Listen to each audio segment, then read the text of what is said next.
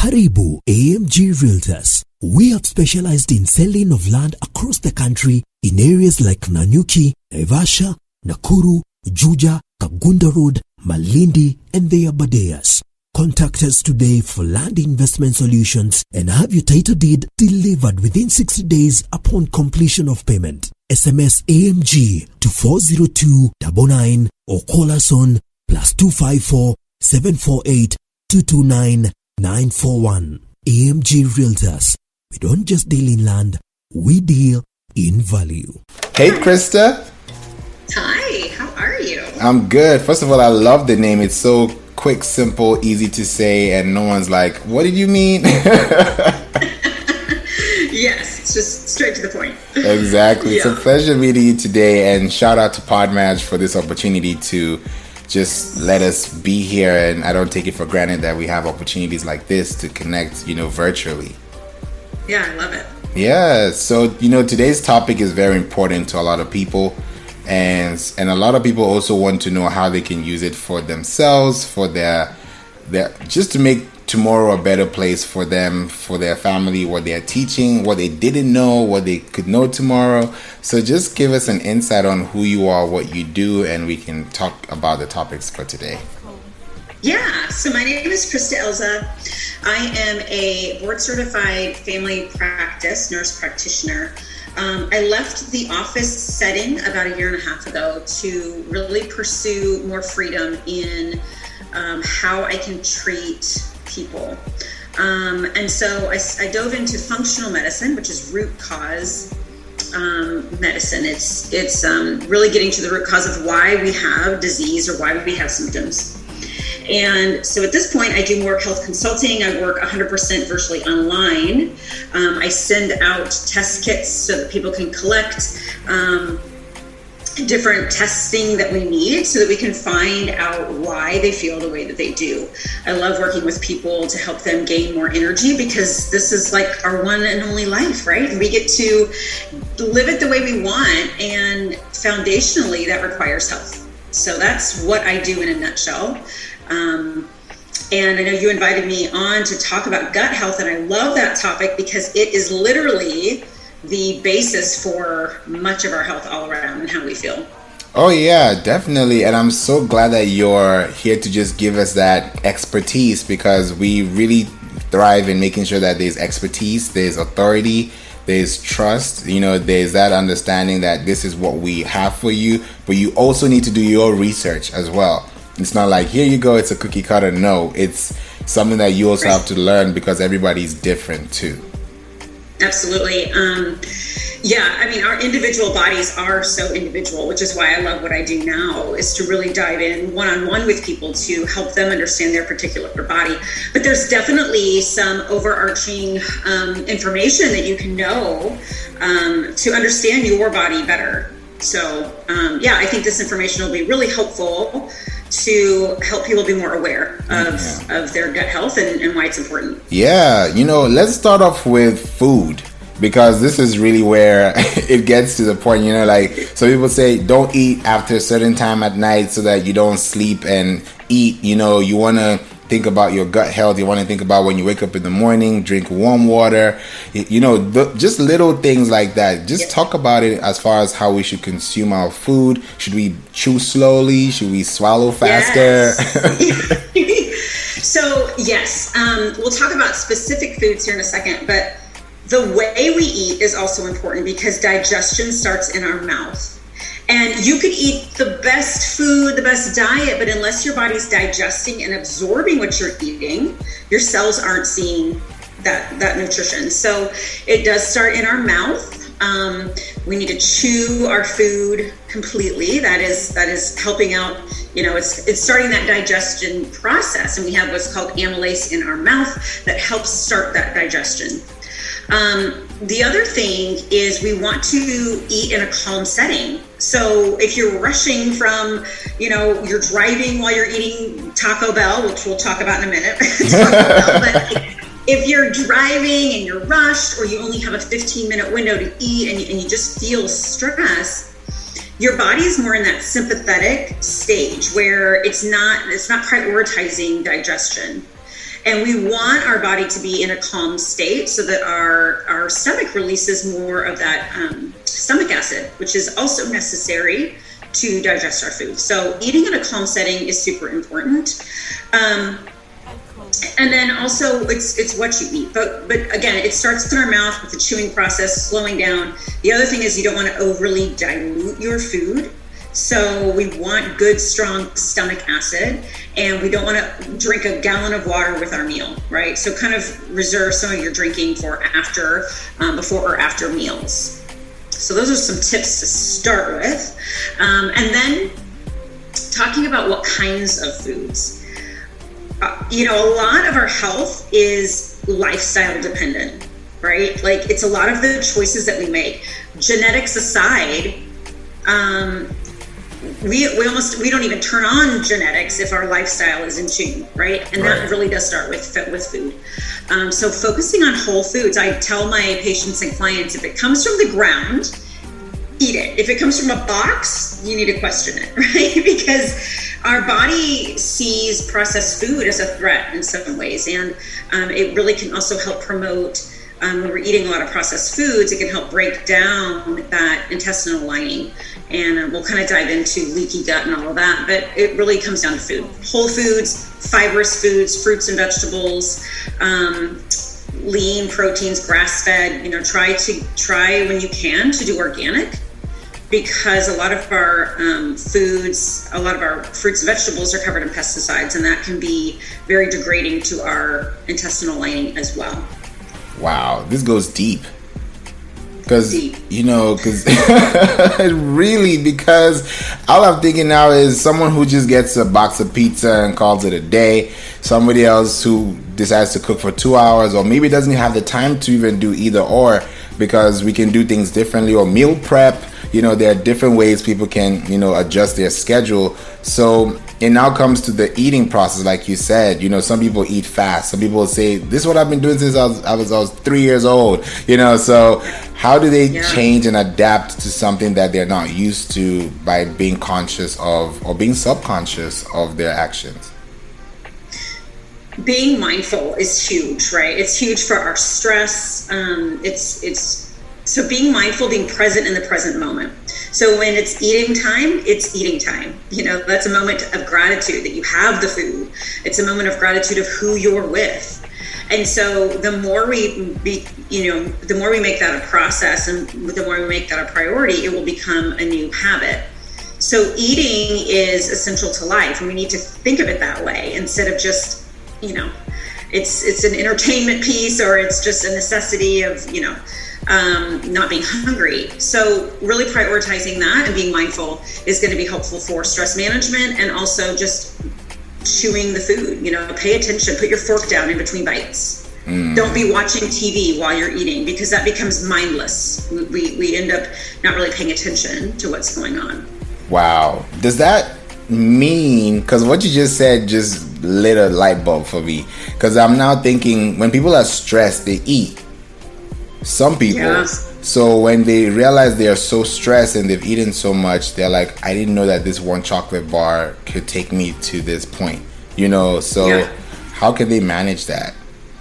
Yeah, and again, it's mindfulness and asking yourself, why am I eating? Because food tends to be, a lot of us have emotional attachments to food, because food triggers signals in our brain. It's a whole cascading thing. And so if you're using food to kind of increase dopamine, what's the end result that you really want? If you're stressed out and you're just going to grab the bag of chips, do you really want the bag of chips, or do you want the bag of chips allows you to feel? And at the end of the day, what else can make you feel that way? Is going on a brisk walk with music that you love, listening to a podcast, snuggling up with your pet or your partner. What else can give you that feeling other than the bag of chips? And so again, it comes back to questioning and being kind of aware and awake to your actions and what you're doing, not just mindlessly going through your habitual routine. Yeah, that's beautiful. Thank you for saying that, because that also helps people to really think about what they're doing and why they're doing it, what they need to work on, what they didn't know, how they can process foods better for themselves and also for their gut. Because when you say, I can feel it in my gut, you're like, okay, what is stuck in there? What's filled there? How do you process it? If you eat too much or the fiber foods or not enough fruits and vegetables, there's some things that your gut will tell you that you won't even be able to function or realize because you're not there, like you said, in the moment. Yeah, and keep in mind also, our body releases hormones that promote satiety or that we're full, and that takes about 15 minutes. So if you're, just shoveling it in, if you slow it down, you're going to allow your body to release those triggers to your brain that you're full, right? And so you want to allow your body enough time. You don't want to just be mowing through without being mindful about it, and allow your body to do the natural process of, okay, we're done, we're complete, we don't need to keep eating. Right, because when you think about working out or staying healthy, and you get to a point where 3 weeks ago or 3 months ago you used to eat a whole plate, but now you can't even finish half of your dish, it's like, okay, that's my stomach lining telling me something. I need to pay attention. If not, I'm expanding it, right? Right. It's also important to eat foods that are high in protein and high in fats. And I there's been a whole era of low fat, and that's not necessarily healthy. Our body needs healthy fats, and that also triggers that satiety hormone that we're done eating. If we're focused on nothing but carbohydrates and sugars, our body doesn't get that signal, right? And it also doesn't stabilize our blood sugar as well.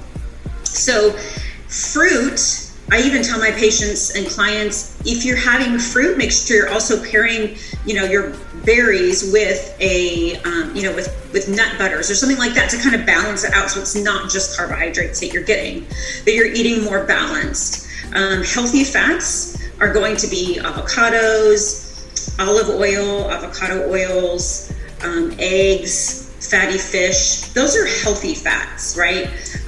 Butter, even in itself, can be healthy in moderation as well. So there's been a lot of talk about the keto diet and the benefits to the keto diet. And, that's not the diet for everybody necessarily. That's kind of an individual approach. But it can be really helpful to get your blood sugars more stable, so that overall your mood feels better. Your body's really getting into that fat burning mode where it's learning to use more fats for fuel, not just carbohydrates. I like that you said that, because the commonality between those two is carbs, sugar, workout. That's what I need. I'm good. Then my protein, I can take it in the morning with my PB and J. It's just different. So I feel like there's a balance to it. And that's now where there is that kind of commonality that, okay, I need some eggs here. Some people would prefer boiled. Some people may like scrambled or omelette du fromage, whatever they want to call it, or however they want to think about their experience, because people eat and they think about, oh, I remember this moment when I ate here and I had this candy. So it's like an experience, like you said. So you don't want that experience to be shortchanged with the time that you have to eat because you have to be in a certain position. Right. Yeah. So timing of your meals, taking the time to do it, really relaxing what you're eating is super important. And really the foundation of what we're eating, we're talking about the gut microbiome. So our gut is lined with a ton of bacteria. In fact, we're more of our body is full of bacterial cells than actual human cells.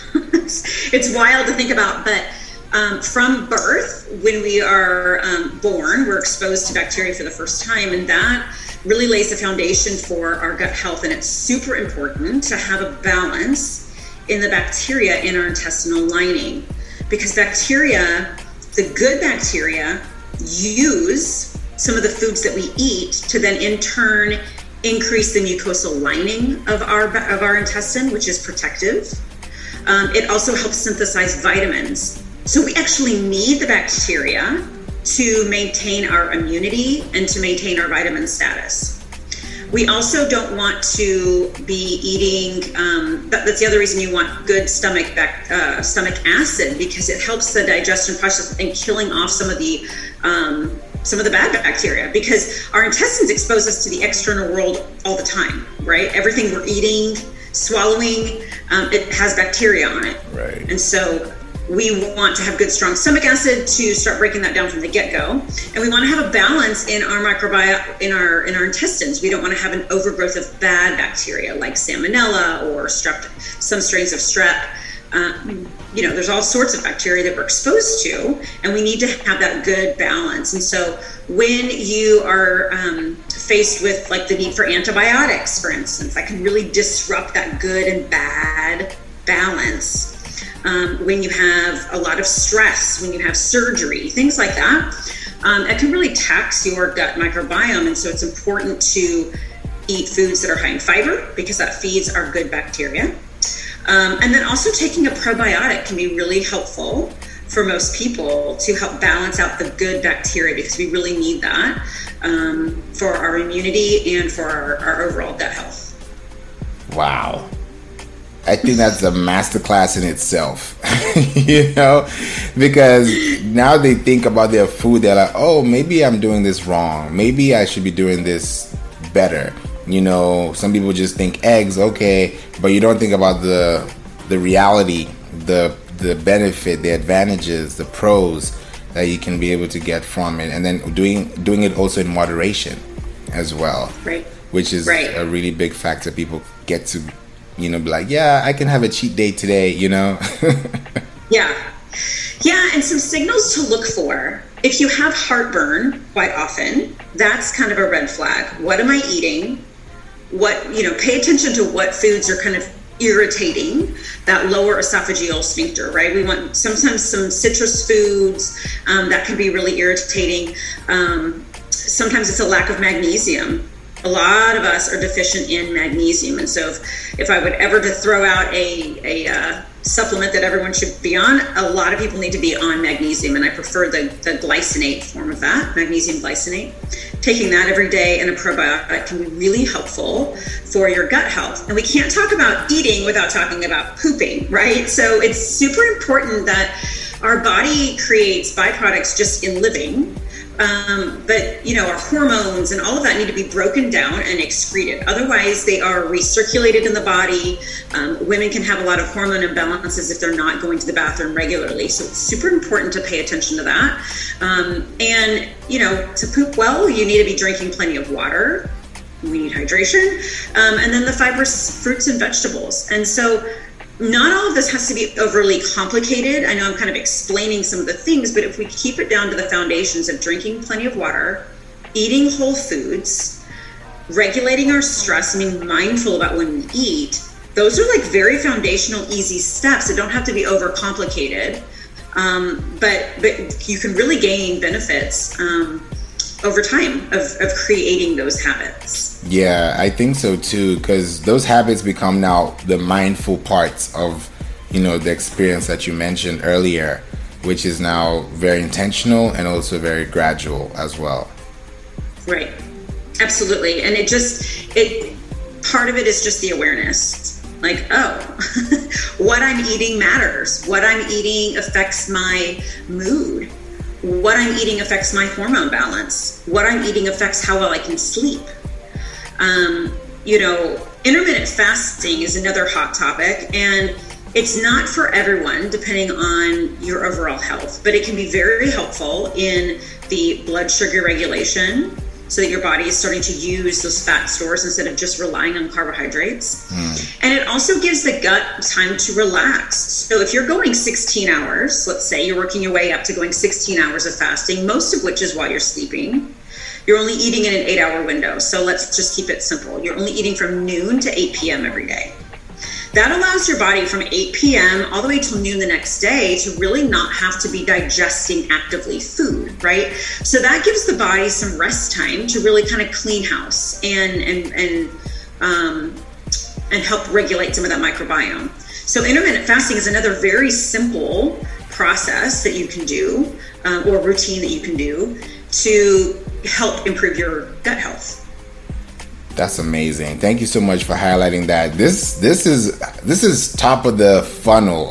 This is so Right? beautiful. Yeah, because it's like this is what you need and this is how you need to do it, so that when you go to the hospital or when you go for a checkup, you're not surprised or alarmed, because you know you're doing the right thing. Just knowing that you have to think about your health and the people around you and what you're putting in your body with the oils you mentioned.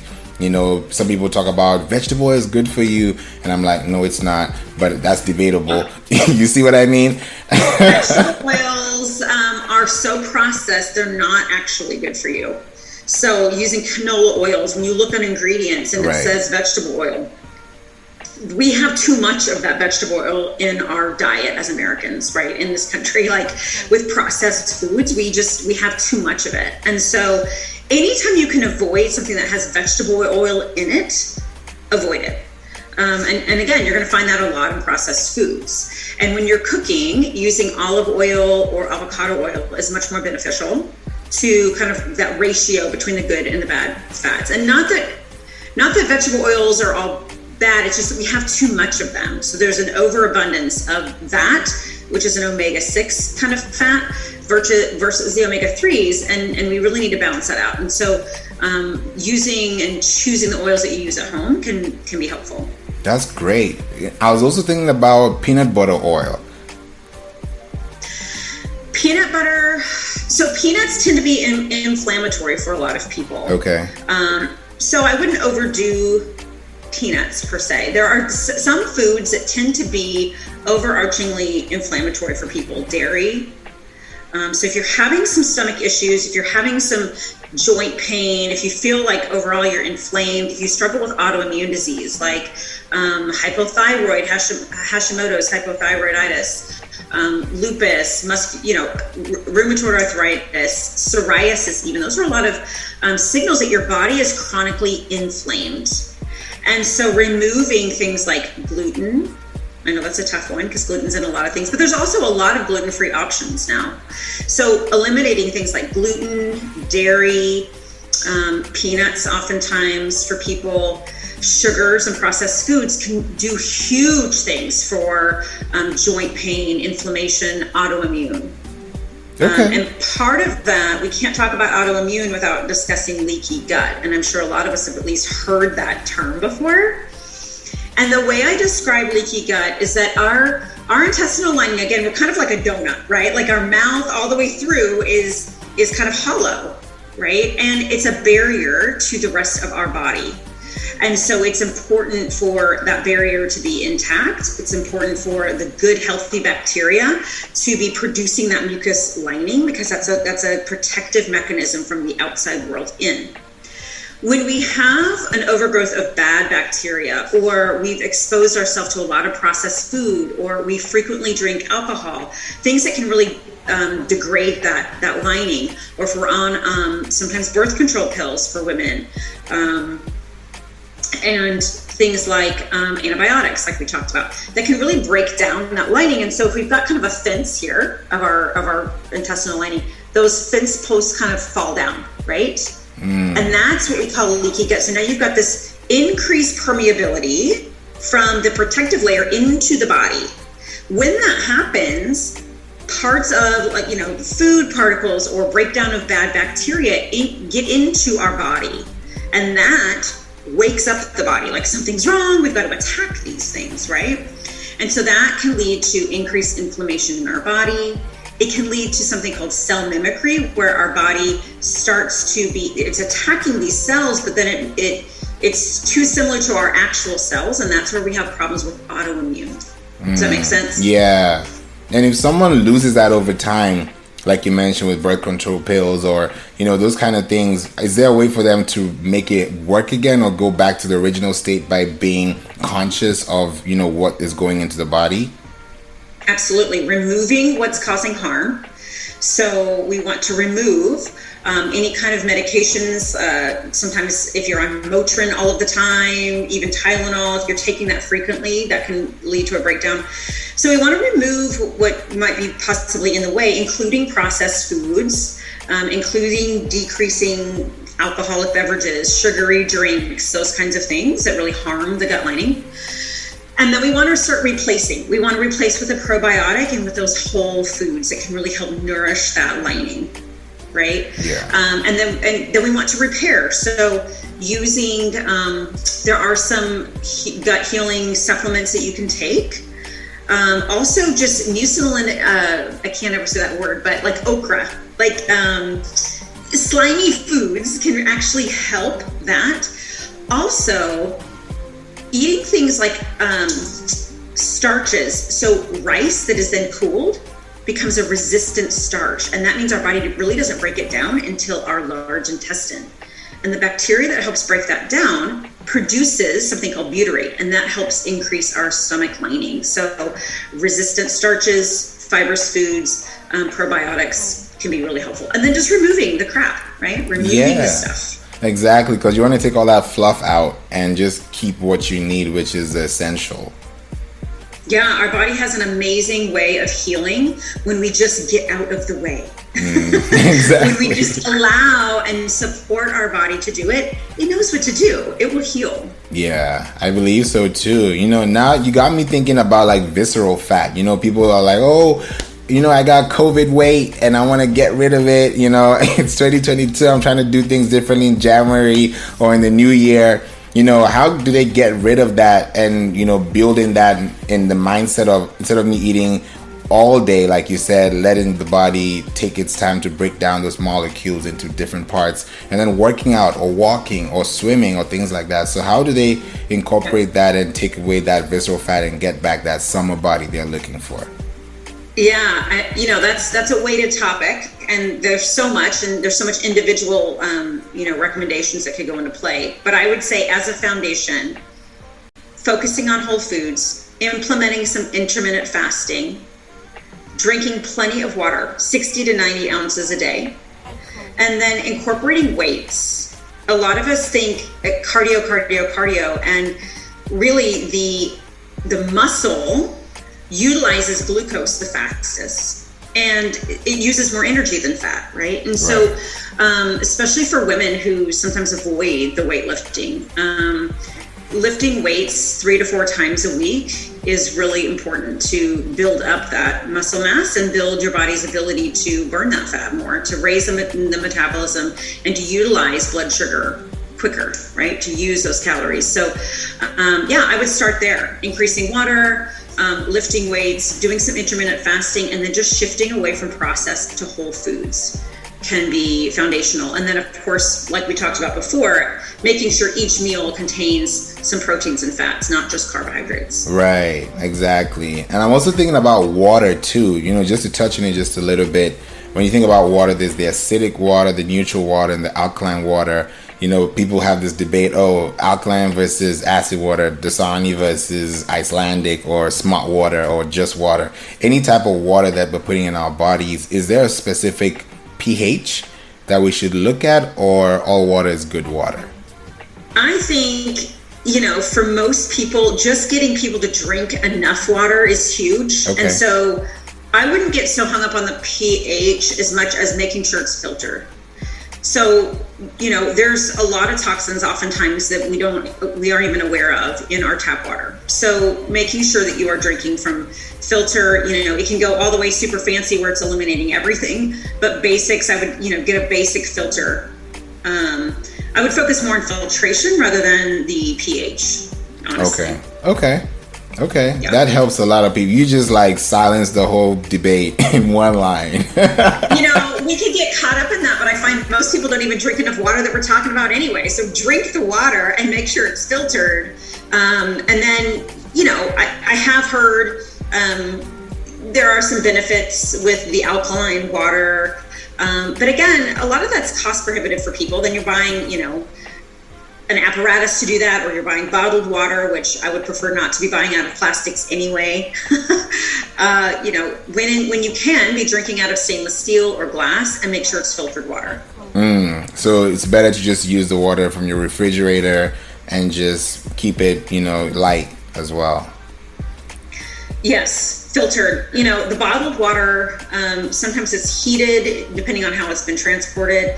And those plastics, even if they're BPA free, they're still releasing something into that water, right? Like that plastic, it's safer to always be drinking from glass or a stainless steel container. So I would get I carry around my own stainless steel water bottle all day and aim to, it's habits, right? For me, I love my coffee in the morning, just because I like the flavor of it, and it's just my wake up. And but I kind of challenge myself, drink 30 ounces of water before I get my first cup of coffee, right? Okay. And so it's habit stacking to start to incorporate some of these new habits for yourself, because sometimes it's hard. We forget. We say we're going to do it, and then we don't. And so you've got to kind of stack those habits, make it obvious, make it right in front of you, make it available. Right. It's like a reward you're giving yourself. Right. Yes. Yep. Yeah. The coffee at the end of the 30 ounces of water. Exactly. And then also the workout too, because people think, oh, just do cardio only and you're going to lose your visceral fat or your weight in general. And you forget that the weights, resistance, like you said, you force your body, you have to like maintain those things too, which people miss. And that's why also swimming is great for workout, because the resistance is there, but not everyone can say they would swim to work out. But just the general foundation platforms that you mentioned is just like the basic 101 walking and jogging. Yes. And just breathing correctly. Yeah, I think we have a tendency to overcomplicate things, and when we get overwhelmed, we don't make the changes, right? It's like, oh shit, there's just too much to do. I can't do any of it. And if we just really get down to the foundational basics, maximize things that create healthy habits. So maximize the water and the healthy foods and the lifting weights, and then minimize the stuff that's not healthy, right? So minimize the alcohol, minimize the processed foods, minimize the sitting around eating a bag of chips, minimize the stress, and then start to prioritize things: hydration, sleep, stress relief, meditation, doing things that you enjoy. So maximize, minimize, and prioritize. And when we can start to do that and start to stack healthy habits, we realize a year later, like, man, I've really made a lot of changes for the better, and it didn't have to be complicated. Exactly. It just had to, part of it's just waking up to the fact that like this is available to me, and it doesn't take a lot of time, money, or energy to make healthy habits. Exactly. I believe so too. And even as we're getting into the mood, everybody is trying to figure out what to do on Valentine's or when the new year, the first quarter, couples are going out, there's eating, or what do we eat? I don't know, just let me get this. So that thing makes you so conscious that now when you're eating out or even cooking at home, it makes it easier for you to know, okay, what am I feeding to my body and who am I feeding around me? How are the people around me, getting this food? Is it good for everyone? Are we also in good, healthy conditions? And it just makes life easier and better for us all. It does. And, going out to eat, I love going out to eat. And the thing is that you've just got to have balance in things. Staying home for most of your meals or preparing your own meals, for the most part, you're in charge. You know what's going in it. Right. And so it's not that we can't indulge and enjoy going out and having a good time, but it's finding a balance. Not making that your daily thing, not going out and buying lunch every day, but making your lunch. Those are just simple switches, so that we can enjoy those moments and those times. We don't have to be perfect, but when 80% of our lifestyle is healthy, our body's okay with the 20%, right? It's when we kind of flip that and 80% of our lifestyle is really unhealthy, that 20% isn't going to make quite the impact, right? I like that. I love how you put that. That's a good one. It hit home really well. Yeah. Good. Yeah. Yeah. This is so good. I'm so glad you're able to join us and just be part of this conversation, because I think it has also enlightened a lot of people just to know what they're doing with their body, how they're working out, how they're sleeping, how they stay connected and build that resistance as well. So even with your body, with the temperatures, we're in different seasons. How do you keep yourself warm? How do you keep yourself in cool conditions? It's been a really cool topic, and I hear this on social audio as well, how people try different things to test things out. So it's really exciting to hear this dynamic relationships between the two. Yeah.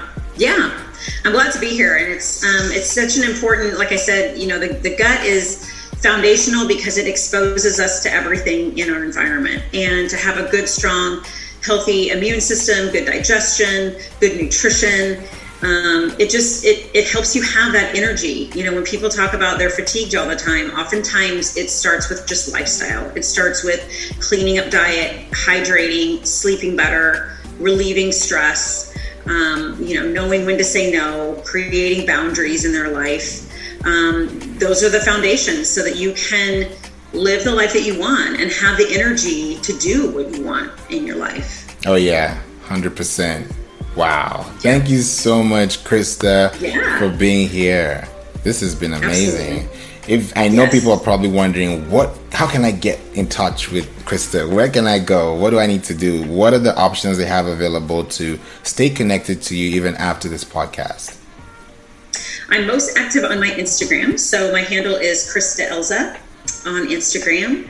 And I'm happy to connect there. Send me a DM, follow me. I'll follow you back. And I'd love to share more ways to just create balance and increase your energy in life. Amazing. Thank you so much for joining the We Don't Play podcast today. And I wish you a wonderful, wonderful day ahead. Thank you. Thanks for having me. You're welcome.